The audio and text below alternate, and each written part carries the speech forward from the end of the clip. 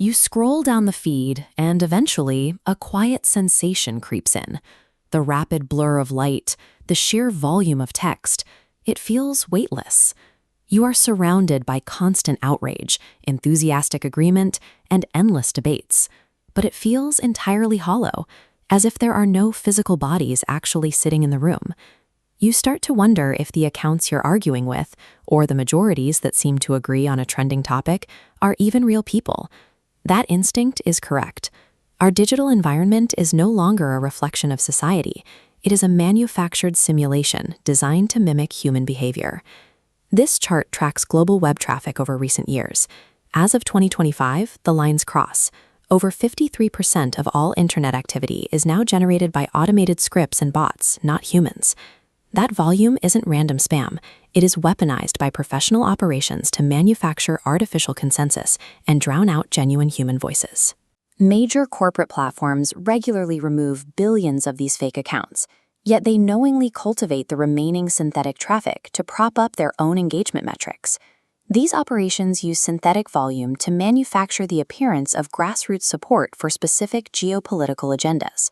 When intelligence agencies or state-funded troll farms control what we perceive to be the majority opinion, they shape how populations act. This is the primary tool for manufacturing consent.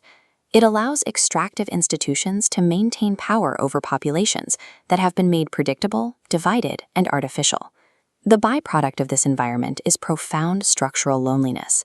We are navigating an engineered void that severely degrades our mental health. But long before modern authorities captured the concept of money, early human societies built systems that accurately measured what actually mattered: each other.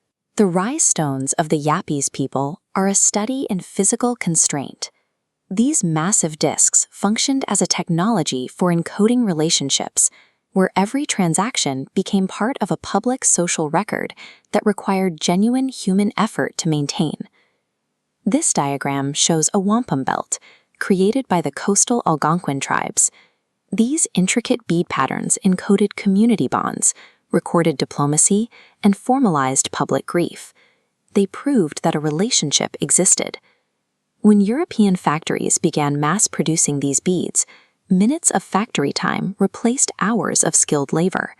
The link between human effort and supply was severed, and the economic system collapsed entirely.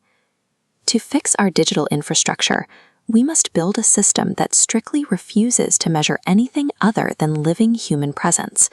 That is the architecture of ÄPOCH. It relies on a mechanism called proof of life, a brief, private interaction completed daily on your device. Because the interaction varies every day, an automated script cannot fake it. This diagram illustrates the protocol's response.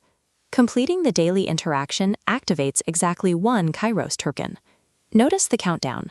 This activated Kairos is provisional. You have 30 days to send it, or it burns. It only becomes permanent when passed to another human. A server farm cannot produce a live daily human signal. As a result, the entire architecture of synthetic traffic and manufactured consensus stops at the boundary of this network. Most platforms try to verify humans by issuing an identity credential, a historical record that you proved who you were once. But a presence attestation confirms that a living human is active today, right now. If an economic system distributes value to anyone who verified their identity in the past, regardless of whether they ever return, that network will eventually be governed by dormant accounts and ghosts. Think of the aepoch protocol through this visualization. It acts as an impermeable safety membrane, filtering out the synthetic swarm and protecting genuine human connection. To test this relational economy in practice, we are launching a 42-day closed pilot experiment. We want to observe what emerges when real people transact without the noise of bots. The extractive machine relies on our daily participation in its simulation. By choosing infrastructure where value begins exclusively with human presence, we pull the plug on the illusion.